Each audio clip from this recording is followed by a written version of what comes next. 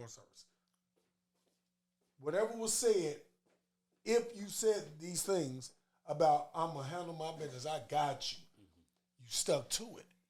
A lot of the maybe just running their damn mouth.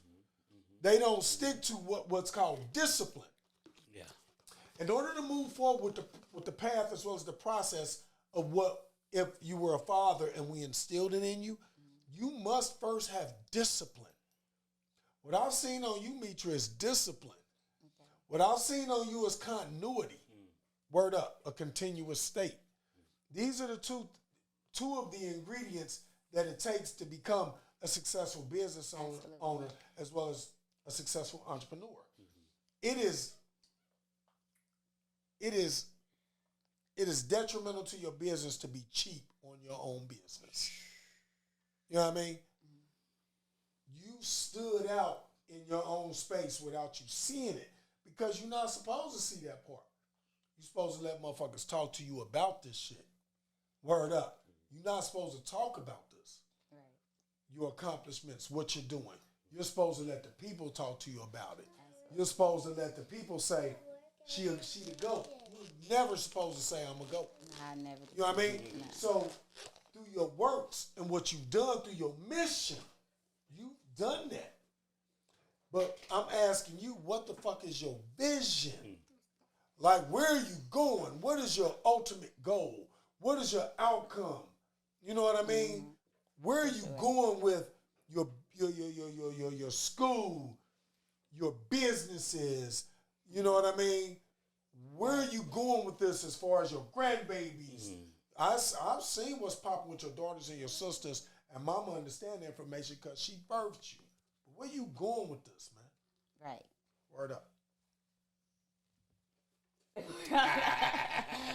So, my mission, like after having a salon open for so long, I could open up a salon, but I needed something bigger. I was comfortable there. I needed something, I'm getting older. Like, I need to make sure my future is going to be all right. We don't get the same kind of benefits that other people that's in the working field get. Yes. So, this was something that I was looking at, like, my security blanket or my future. This was a big investment for me kind of thing. So, also while doing this, I wanted to change the game back around. We'll try to at least. Like, they letting us have it in the hair industry. They say we overpriced. They say we ghetto. They say we late. They say all these different kind of things. But when I started out, it wasn't like that. You created a different culture. It wasn't like that when we started out. So I know it's hope still in the hair industry. Like, so I hope to bring that hope back. Yes. Like, I want, in my school, we don't just teach them how to do hair. We teaching them life experiences as well. Like, when they first enroll, I'll ask them, we interview everybody, like, what do you want to do? Like, what do you want to get out of this? If you just want to do hair, or you just want to booth rent, or do you want to be an owner do you want to be an entrepreneur or something? So, whatever they tell us during the interview, that's what we focus on the whole time we there. Like, a lot of the girls' vision is to have a hair salon. Some of them just doing it for the money, but I really wish they was there with a passion. Exactly. Like, that's what I prefer. Pursue passion. Yeah, I prefer them to have a passion and money will come. Yes, exactly right. So that's what I be wanting that, but everybody ain't there for those reasons. So while you there, let me show you how to stay here and maybe one day be a school owner as well or something like that. So. Exactly. How long has your school been open? Only since March. That's dope. That's dope. I worked on it for 18 months, but we just got open. Watch that process. Holes in the wall, baby. Holes in the wall. Yes. You know what I mean? Had to tear it down to build it up. Yes. You know what I mean? Yes. A lot of things are described through scripture. You know what I mean? Had to tear it down just to build it up. Sure. You know what I mean? For sure. Right here we're talking about David versus Goliath.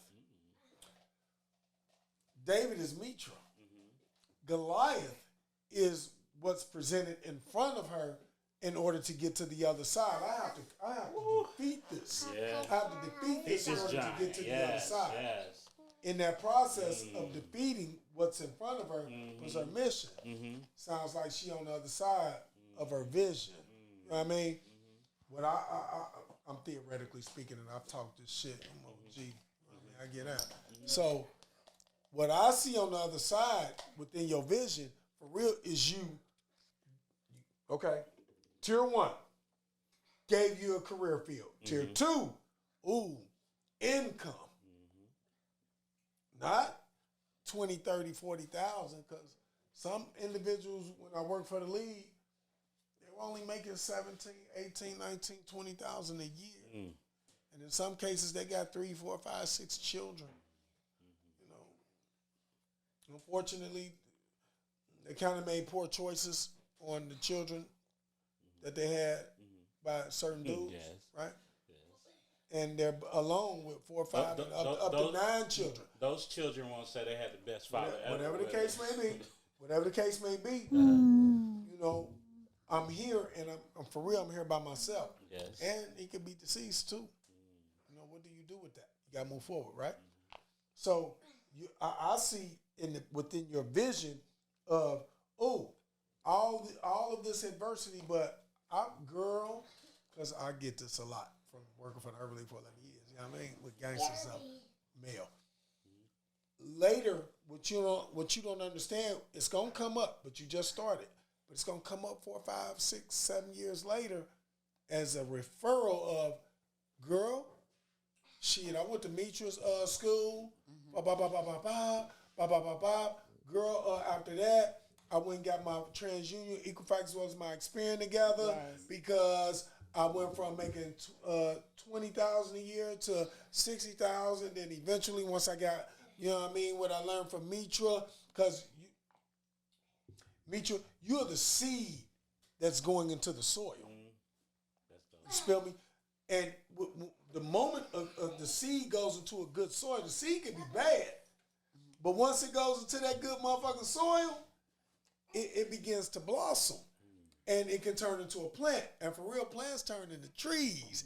Trees inevitably end up having branches. And Scripture speaks about, you rock with Scripture? A little bit. And word up. Scripture speaks about trees that will bear fruit or will be bare with branches.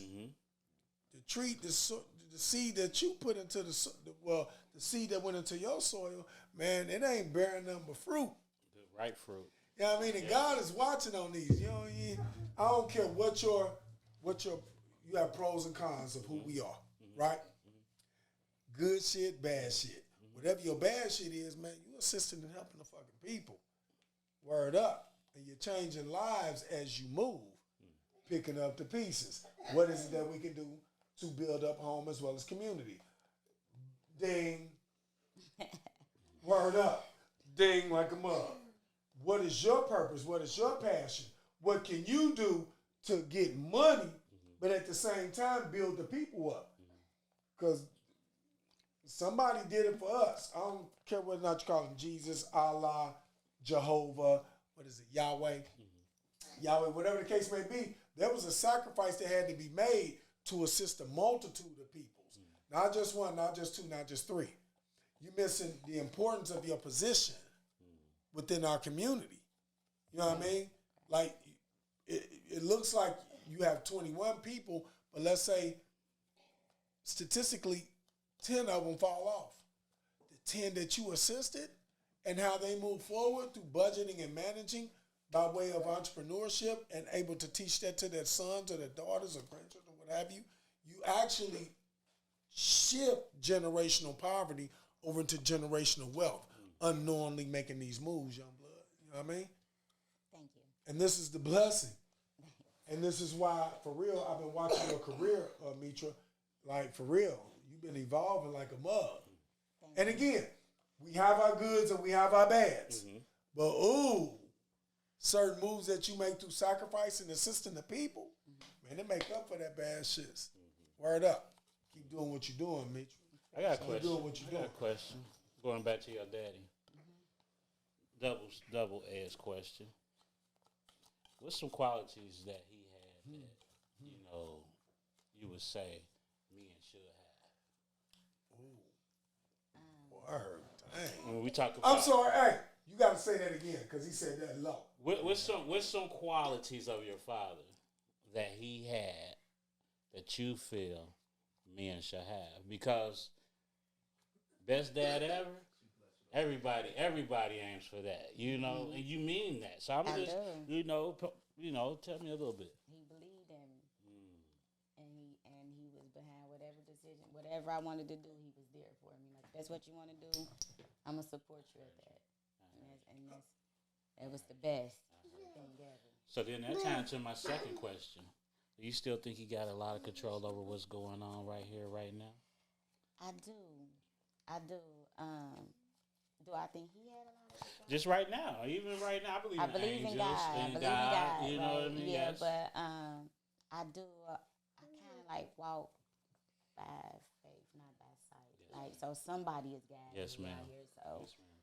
I would like to give him a lot of the credit for sure. Yes, ma'am. I'm only doing the things that he still taught me still now to this day. Like, when he was teaching me back then, I didn't understand why he was even teaching me this stuff. Like, what is he saying this for? Like, I never understood it. Like, he'll say something like, what is he talking about? Like, and now that I'm 43 years old, I'm like, dang, this what he said that for. Or this why he taught me this way. Or this why he told me to always pay attention to this. Or he taught me about everything. If I wanted you want to deal with a street guy, you're going to deal with a street guy this way. You want to deal with a guy at work, you're going to deal with a guy at work this way. Like, it's a lot of things he taught me. I'm still doing using now. Yeah, I'm still using everything right now, even more now. That's dope. Yeah, that's for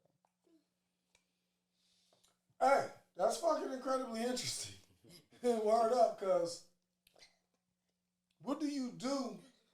Can I be wholeheartedly honest about your dad? That's fine. Word up. I would never take nothing back. I don't regret anything. Yes, ma'am. Not one thing. Yeah, I'm Taurus. I used to rock with her dad. Word up. And, we come from 87, 88, 89, 90. We come from Ronnie B, Ron C. You know, your dad was like 5 to 6 years. How was your dad? How does your daddy today? He would have been 60. He'll be 61 next year. So daddy got 6, 7 years on me. And so I'm coming into the game looking at these guys, and all I'm stating is,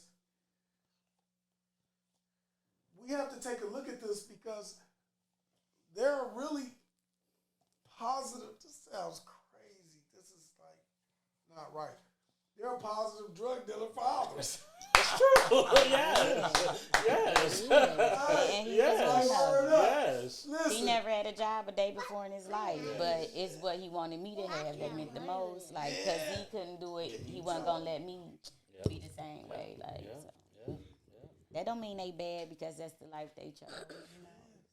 Sometimes that's all they know, or that's where they grew up at. But that was the only opportunity they had back then. You know what I mean? Now, no freaking back then. I said that on purpose. Right now. Right now. I don't care what you're doing. Picking up the pieces is a podcast about what is it that you can do within home and community to build up your people. Right? He didn't want to stay there. Brown and black people, right? Exactly. Right. I say that to say this. Even through your illegal activity that you may be committing, you can still be a positive role model within your community, especially within your home. For sure. I don't care what it is that you're doing illegally.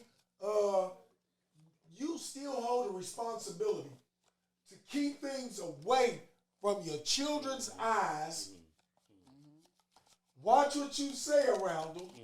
You can do it if you feel like doing it. I didn't know he sold drugs, so I started working on burning. Yeah, he. I mean, like, I could tell from the lifestyle, but it never was in my face or nothing. About what I can remember when him and my mom was together, they probably broke up when I was probably about 4 or something like that. So I ain't never really see him interact with the drugs. It was his lifestyle that he carried that would make me assume that he was a drug dealer or something like that. But once I moved on Burning and started doing hair, this is before my salon, I worked on Burning. He didn't want me to work there because then at Sheila's shop. So she was the first one that gave me an opportunity. What's her name? Sheila Williams. She was murdered too. So she was the first one to give me an opportunity. So I actually was working in her salon still while I was in hair school. Had a baby young at 17, and she gave me an opportunity. But he didn't want me to be on Burn It.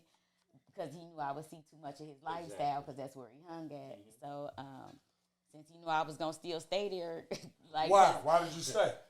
Clientele. Yeah, it was a lot of clientele on Vernon, and it was I was from Avondale. It was close to my home, So I went on, and I knew that lady. She watched me grow up. She seen me doing hair since I was 12. She taught me a lot of different things as well. So. I forgot that you worked there. Yeah, so she taught me a lot of different things too. So since I was on Burn It, he told me how to survive on Burn It. And it was a lot of things that happened while I was on Burn It. So, and that just made our relationship even closer. Once we was able to be, we always was friends. He was more of my father, but he was a cool father though. Just because he didn't whoop me or anything like that don't mean that he still didn't install some values into me. And one thing you did was respect. I did. I always had. I would respect, and I still respect him to this day. And that's another thing we got to, and I'm realizing you can gain respect from your children without beating their ass all the time. Absolutely. I just learned that though, dude. You know what I'm saying? I just stopped whooping like a year. No, it's been a couple years now. Now these kids, you gotta be, you can't be talking real low to them. You're gonna have to put a little bass in your voice, but you ain't gotta pop them all the damn time. She just said it back, and this is back in the day. You know what I mean? She respected him. Shout out to my stepdaughter, Kelsey, where she said something. She doesn't whoop, and I respect that now. Yes. He didn't whoop. He didn't. I ain't gonna say that make you a bad or good father. No. That's something that he did. No. He was patient. Even when we first opened up our salon, when I was 22, I was still a hothead. I'll take a break to go outside and fight on Burn It or something like that. He liked the young girls. So it was always a young girl somewhere taunting me, letting me know, like, I messed with your dad or something. And they was younger than me, so I'll be outside trying to fight them young girls. Like, don't say that about him, or I don't want to hear that kind of thing. So we'll take a break and go outside and fight them young girls, or I'll have to put them out the salon or something because of something he got going on. Yeah, you didn't know that? Them young girls he used to mess with. I'm not gonna call no names. Why are they coming at you though? It was because I thought they was my friends, so I'm around them too, but he messing with them at nighttime or something. He always tell me, like, all I gotta do is get them a mini car and a pair of shoes. And What? Yeah, what? So that's what he did it for, but I didn't understand it. I thought it was like, what? Card? A mini card. A mini card and a pair of shoes. Yeah, that's all I gotta do. They don't give me no problems.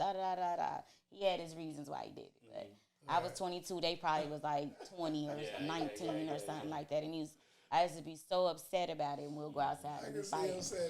And he'll pull up the police outside or something. He still was patient. He'll be like, boo, you can't be doing that. Like, I was still fighting my kid's father and stuff at the time. Police would come here, pull out, boo, you can't be doing that. Like, never told me I was wrong or nothing, but told me how to make this up. We don't do that, baby. Yeah, like you that ain't. high. Yeah, like nah, that ain't what we doing, high. and that ain't no lady. That ain't what we got. An image to upkeep out here. Like, I don't want my baby out here doing that. Like, nah, we ain't doing that. You a business owner now. Like, you want people to work for you. I'm still not even listening to him because I probably would do something again the following week, but. I learned, I learned, but it was him being patient with me. Experience is a good teacher. And foremost, for sure. And then check it out. How can I say this? I'm going to speak from personal experience, right? I own a child care center. Okay. So, congratulations. Little Dreamers Child Care. Where is that? Oh, man, 3410 Warsaw Avenue, Cincinnati, Ohio, 45205. Grandkids go there. Well, she go to pre-K, they call it too, but it's a decent place. But the young girls these days, my women coming out of my school, they so respectful. Yes. They greeting the clients. They letting them know how to take care of their hair afterwards. They on time coming to school. They don't have on bonnets. How do you get that? How you get that culture? How you develop that culture? Oh, they there, but it's just it's the rules in my school. Like, it's the way you carry yourself out here. Some things you just cannot do. Yes. Being in the field that we in. cosmetologist. You know what I'm saying? So I feel like you got to take time in yourself. You can't just wake up like you just came out, got out the bed, and then take time to yourself. How I'm going to believe in you. Or how I'm going to think you're going to do my hair right and you didn't even do your own hair right. So, or you didn't even take time in yourself. Calm down with the hot girl summer attitude. Yeah, like we don't have to be like that. Yeah, we don't have to be like that to be seen out here. Like, so that's pretty much what we teaching them. Like you, when you were a junior at my school, clean up your social media. Like I don't want to tag my school to your social media and you just was drunk last week or fighting somebody last week. Nah, we ain't doing that. Like we gonna separate that. Yes, we gonna separate that. You need a business page and a personal page. You invite them people that you're trying to, whoever you're trying to do on that business page. And also, even on your personal page, everything ain't for everybody. We don't need to know your every move. Keep them move in silence, like, or let them wonder or let them guess. You don't have to give them everything to play on. And they listen? You got to check them out. Because you lead by example. Absolutely. I'm not doing And she got other soldiers, too. Okay. I'm not doing it. She's not by herself. She got a sister. She has other soldiers. Yeah. They look Absolutely. good. They moving good. Absolutely. They eating good. So Absolutely. it's always good to have, one more time, how you going to talk to me about poverty if you still poor? She always been doing hair, too, since she was a little girl. But she worked in my salon for years. Like, I brung her in before she had license, too. But she licensed now, or on the way to be licensed.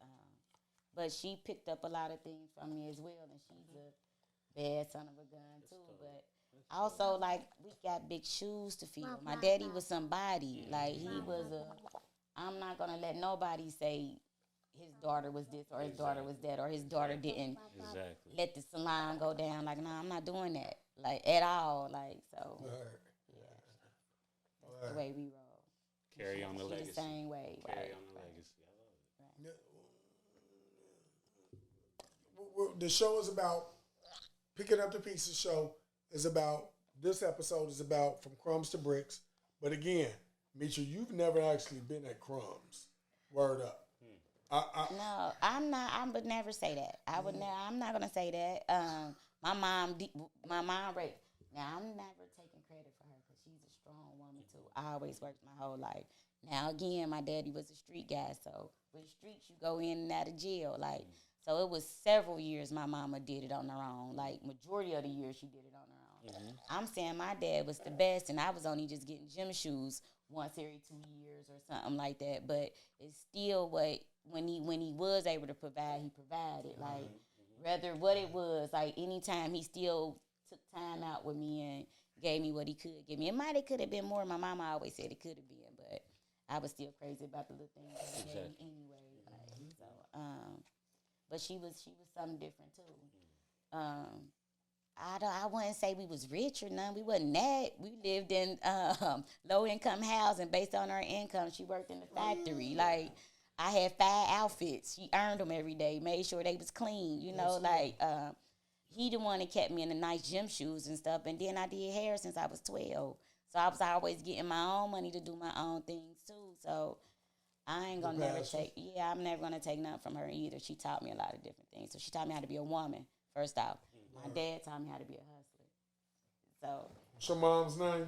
She's Linda. They call her Little Linda. She a Metro driver. Little Linda. She about to retire here soon from Metro. She been at Metro forever, like 30-something years or something like that. So, close to 30 years. So she about to retire. Shout out to Mom. She'll be on the bus soon because she was the Metro driver of the year. Oh, so, right. Wow, congratulations. Wait a minute, hold on, one more time. You really modest. You know what I'm saying? Like, no. You gotta raise your voice. Your mother's name is Linda Jones. And she's been working for Metro for going on 30 years. And she has been nominated or Bus driver of the year. Bus driver of the year. Shout out. So they haven't put her picture on the bus yet. But she's driving. You know, they got their perks. They got their own bus. They drive for a while. Their own parking spot. Get their picture. Keep up that patience, Mom. Sure. Whoa. Keep up that patience. Yeah, but she made a good living out of the Metro. Metro paid her well. She's living all right. It only was me and my brother by her. So she did the best that she could with what she was dealt, the hand she was dealt. She was a good push too. Then you got great foundations. Absolutely. I ain't never seen her do nothing but work. and get up every day. So that's the same thing that by all means, I got to provide for my family. So, and I get that from her too. Right? So, I don't give all the credit to my dad, but being that I had both of them in my life, I think made a big difference, though. That's part of the picking up the pieces, home and community. Always super sweet. Even if things are not going right with the mother as well as the father, there's still jobs to be done with just one person. Yes, it is. Or two people, or three, or four, or five, or six or seven. I'm sorry, y'all, I'm being real. 8, 9, 10. Absolutely. There's still a job to be done for you to make it to the understanding, the ambition, the understanding of goals, the understanding of what success looks like. Hey, mom, as well as dad, this is the product. No matter what takes place between mom and dad, when we pick up these pieces, they ain't get along at all. You gotta do your job, period, when it comes to your child. This is where we're failing within my community. Word up. Dad is coming up with some miserable reason about why he's not doing his job. Child support, whatever, blase, skip, boom, bam. Man, as it stands right now, I'm taking care of a bunch of children, as well as, not a bunch, grandchildren as well as children that are not mine. I assist financially as well as with time. If you happen to be blessed to have the mother as well as the father, this is the outcome. It's called legacy. Yes, it is. Even if after we're gone and all that's left is what we've done, you need to secure a strong package. He taught me all this in 19 years. Like, I had all this instilled in me in 19 years. He was 24 when I died, something like that. So, like, he taught me a lot of stuff within that time. But we got closer from 19 to 24. That's when he really was telling me the real stuff. Like, that's when he really was sitting me down. Like, but for sure, it took both of them to make me who I am right now. For sure. My mama took the time out with me, and my dad did.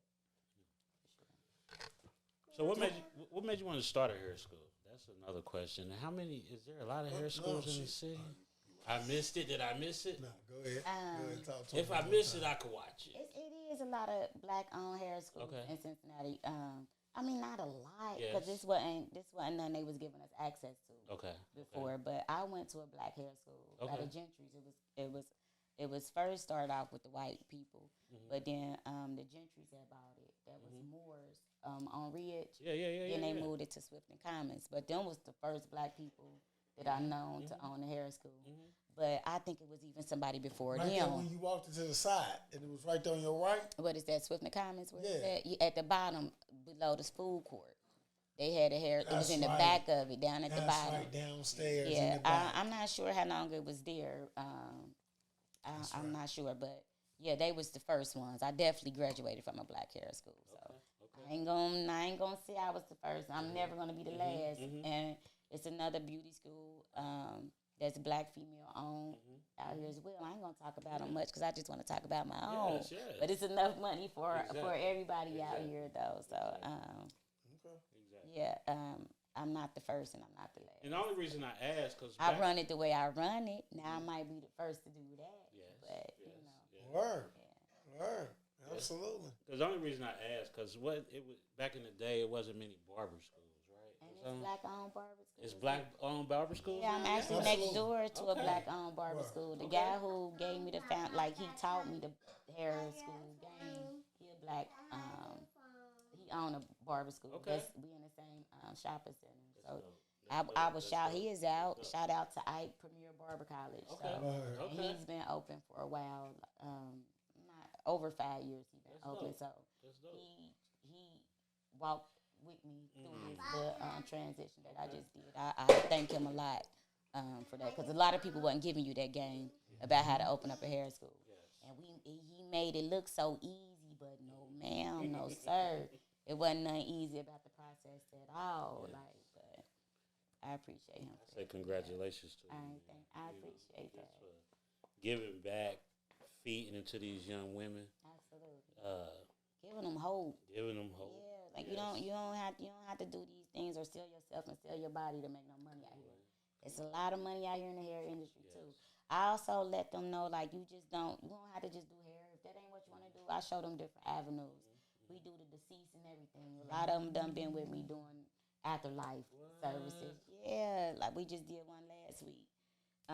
Since I've been open in March, we done did 3 families, but it was something that I had already been doing. Okay. Me and my little cousin do it a lot, and also somebody that started off in the game with me, her name Bukitty. She did them with me as well. So like I might have done had it. Shout out to Bukitty. Yeah, shout out to Bukitty.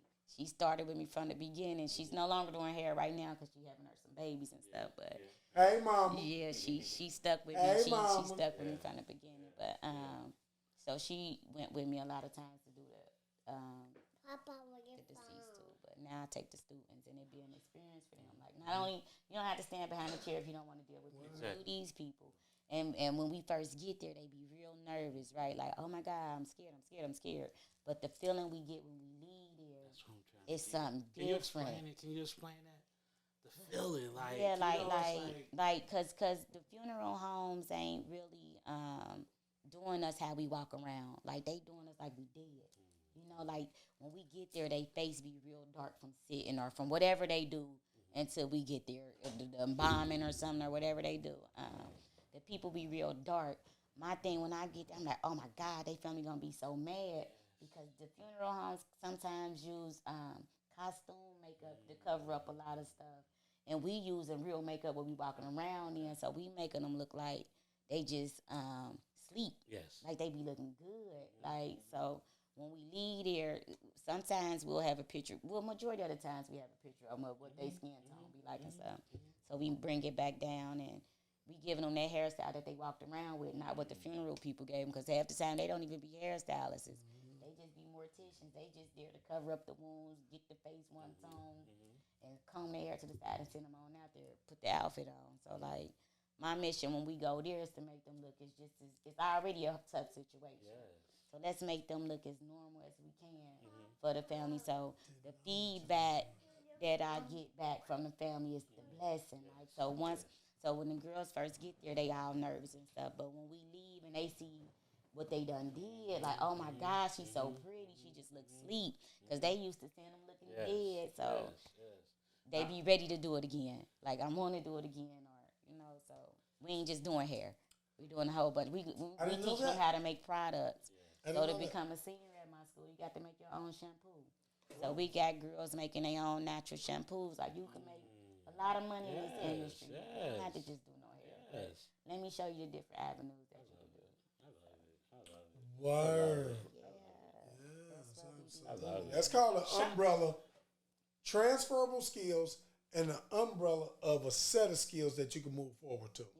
That you're presenting to our community.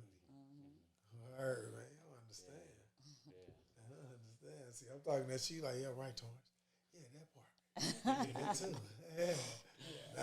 Nah, you that man. Word up. You're a one man, but you that man. Yes.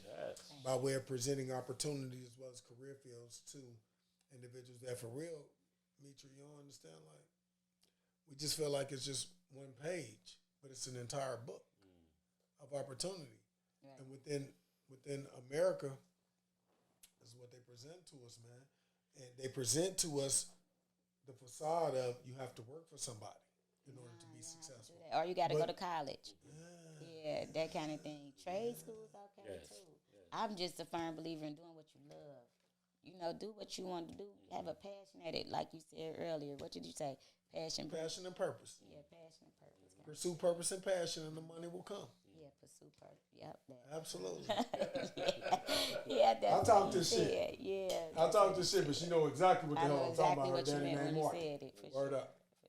Pursue purpose and passion, and the money will come. Absolutely. I'm a firm believer in that. Yeah. Because you're gonna want to go to work. Yes. You know what I'm saying? You ain't gonna even look at it like it's work. Yes. You want to do what you love. Yeah. Say it again. I'm sorry. I'm sorry. You do what you want to do, and you won't feel like it's work. Not at all. Do what you like, do what you love, and it won't even look like work. The work is trying to figure out what is it that you like and what it is that I was just about to say that until you figure it out, you know. Say it then.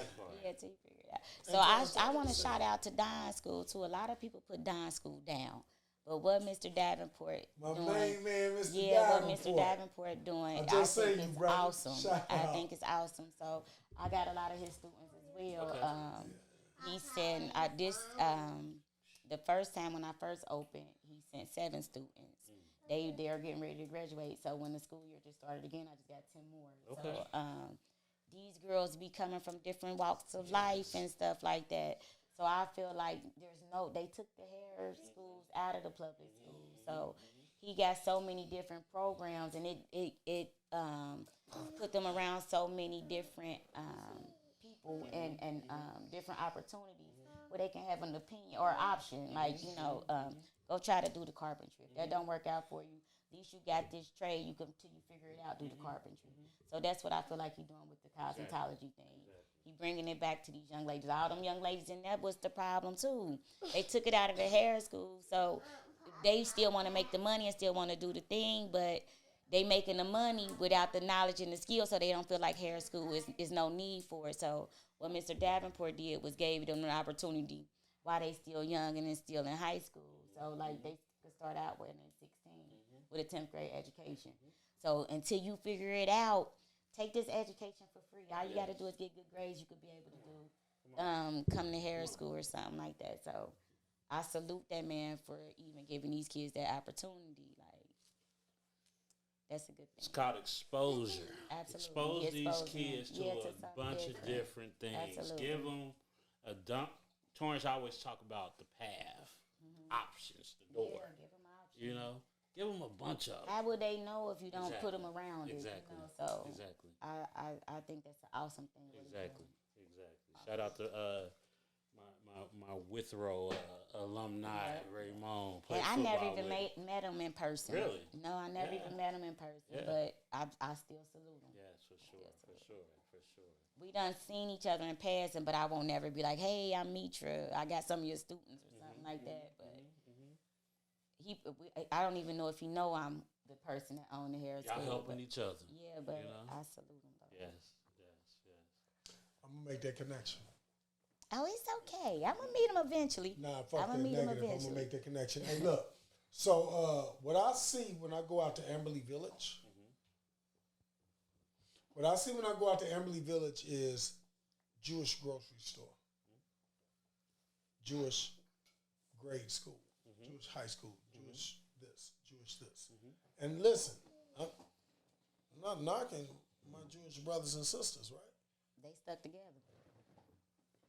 And there's a reason why they're able to stick together like that. That agenda is being pushed. But whatever the case may be, I like it. I like the process, the procedure, as well as the protocol. Right. You, as well as my main man, Mr. Davenport, you guys are creating our agenda. And people like be scared to work with black people. Like, they be scared. Like, it's more than one person that own a McDonald's. It'd be a partnership. I'm not saying that I'm in partnership.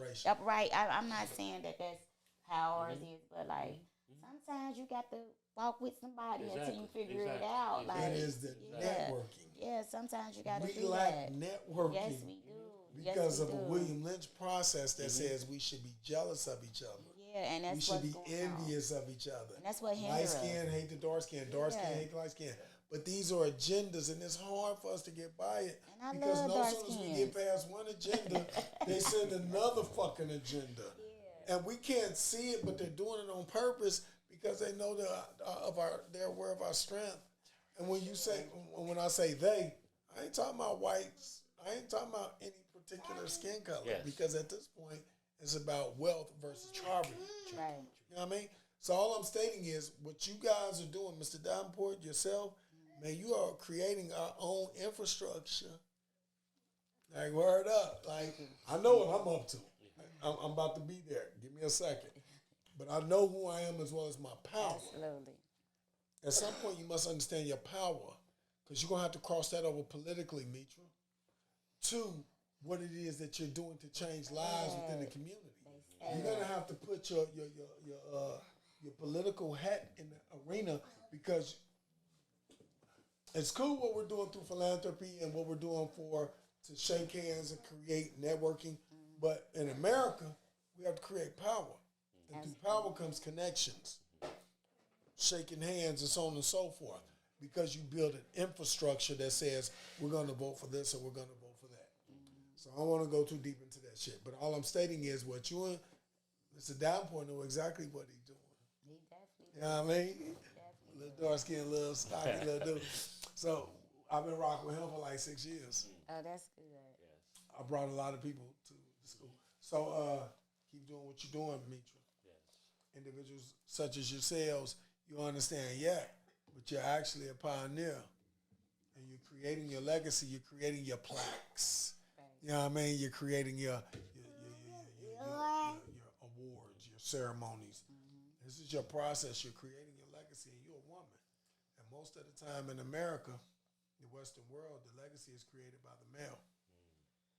Not saying that you cannot create the legacy, but we're supposed to be creating the legacy. But if we slow and we bullshit and we caught up in the matrix right now, she'll move forward, sister. You know what I mean? My word, yours.